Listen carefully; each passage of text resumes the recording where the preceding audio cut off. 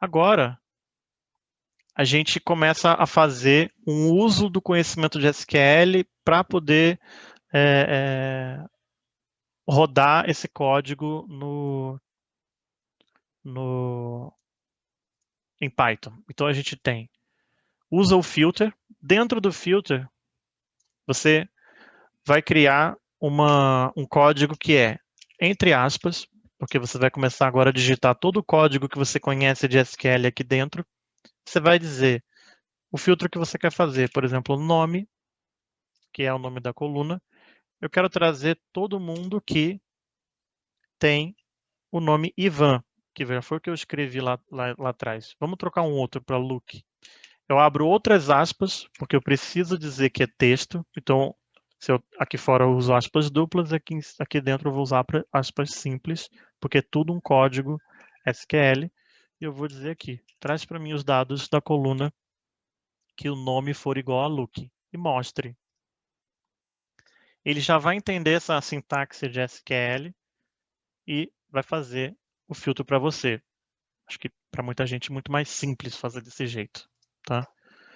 Se a gente quiser complicar um pouco mais, a gente vai trazer aqui o nome ser igual a Jake ou a idade ser maior que 40. Então, isso sem ficar se preocupando em escrever call, de coluna e tal, ele já vai entender tudo isso como sendo uma query de SQL, e ele já faz isso diretamente, que é assim que SQL a gente chama. Name igual a Jake, entre aspas, ou idade maior que 40, e mostre. Podem ver que uma das condições é aceita. Ou o nome é o Jake, que é um dos caras aqui, ou idade acima de 40. Todos os outros têm que ser acima de 40. Ou a gente pode usar esse tipo de acento aqui, né, que tem no teclado, para a gente fazer o uso de mais como se fosse mais uma aspas, né, diferente, mas para SQL você separa, quando você quer dar um nome de uma coluna que ela tem espaço dentro dela, ela precisa que você declare dessa forma, com esse acento aqui, né? Antes e depois. Então eu quero que todo mundo que a altura seja maior que 70 e idade maior que 40. Tá aqui. Mais uma query com a seleção de duas informações de colunas diferentes. Tá? Então, como que a gente pode, de uma maneira mais completa ainda, utilizar o SQL no Spark? Então, aqui eu usei, né? Você vê que eu estou usando Python, mas aí só num trechinho dentro da função eu estou usando o código SQL. Mas se quiser usar o código SQL de ponta a ponta, dá para fazer também.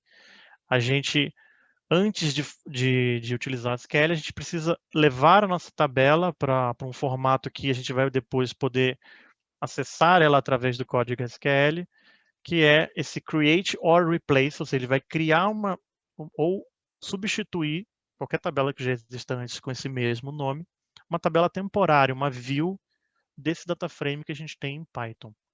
Disponibilizar para que a gente rode ele em SQL. E quando a gente rodar esse código, é muito mais simples. A gente roda assim, a gente coloca Spark antes, ponto, SQL, e tudo que tiver dentro desse código, dessa função do SQL, é um código SQL. É uma sintaxe de SQL. Tudo entre aspas. Aqui eu estou usando um código de SQL que é selecione todas as colunas, e são, para quem conhece SQL, né, esse asterisco seleciona todas as colunas de onde? Esse from, de uma tabela que eu criei chamada def bio. E vou pedir para mostrar. Aí eu saio da função SQL aqui dentro e do lado de fora eu falo, mostre. Deu a mesma coisa, tá vendo? É a tabela que a gente tem. E eu posso usar até o limite de linhas do SQL para que ele mostre para mim, ó, só mostra 3. E ele mostrou 3. Porque é o SQL que está dizendo, não é nem o Python. Tá? E essa forma de você usando um código SQL dentro de uma sintaxe de Python. Aqui eu complico um pouquinho mais, que eu uso um texto inteiro de SQL. Então eu falo aqui, ó, selecione a coluna gênero, chame essa coluna de sexo, faz uma contagem com o nome contagem, da tabela df bio e agrupe pela primeira coluna, que vai ser gênero. Eu disse isso em texto. Isso é uma variável de texto comum. Só que aqui eu crio uma nova variável que eu vou chamar o Spark, vou colocar a função SQL e vou trazer esse meu filtro, vou trazer essa query aqui dentro. Eu vou pegar esse texto inteiro e vou jogar aqui e vou mostrar.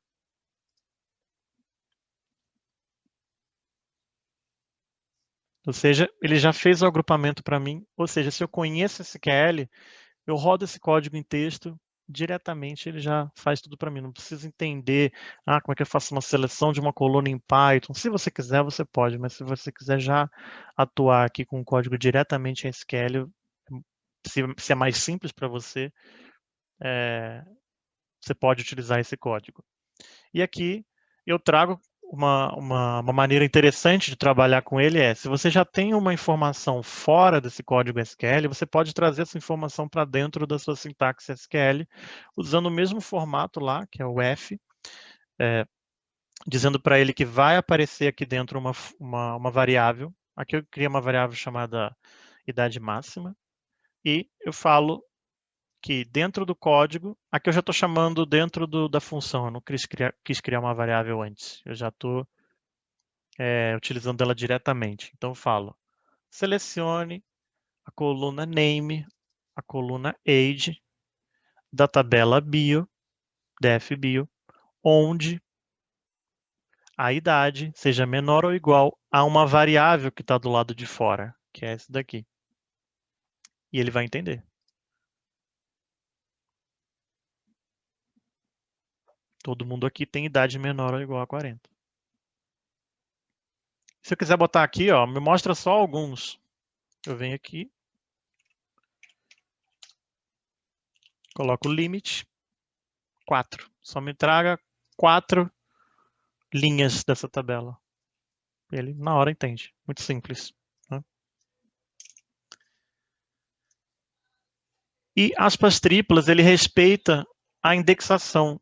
Se você quiser fazer, na verdade, a indentação, né? Ele vai fazer ele vai respeitar quando você pular linhas. Se você prefere, e é muito mais visual para quem trabalha com SQL fazer esse tipo de separação das coisas, ele vai respeitar quando você usa essas aspas triplas. Então, eu estou chamando aqui uma variável chamada conversão. Eu abri 3 aspas, digitei o código em SQL e fechei com 3 aspas. Podia estar assim também, não tem problema. Então, aqui é o que eu estou fazendo. Estou selecionando a coluna name, a coluna age, a coluna peso, e aqui no peso eu estou fazendo uma conta para transformar esse peso em quilogramas. E estou dando um novo nome para essa coluna. Foi isso que ele fez aqui embaixo. E aí, quando eu chamo spark.sql, a variável que eu criei, ele roda isso. Eu estou pedindo do lado de fora da variável para que ele mostre 5. De novo, eu poderia colocar aqui um limit, um select distinct, que ele ia criar essa tabela. Fazer essa query para mim. Né? E aqui eu posso dar um nome de uma tabela, se eu quiser aqui. Def new vai ser esse código. Então, essa nova tabela eu posso trabalhar ela em Python, se eu quiser. Tá? Daria para fazer isso também.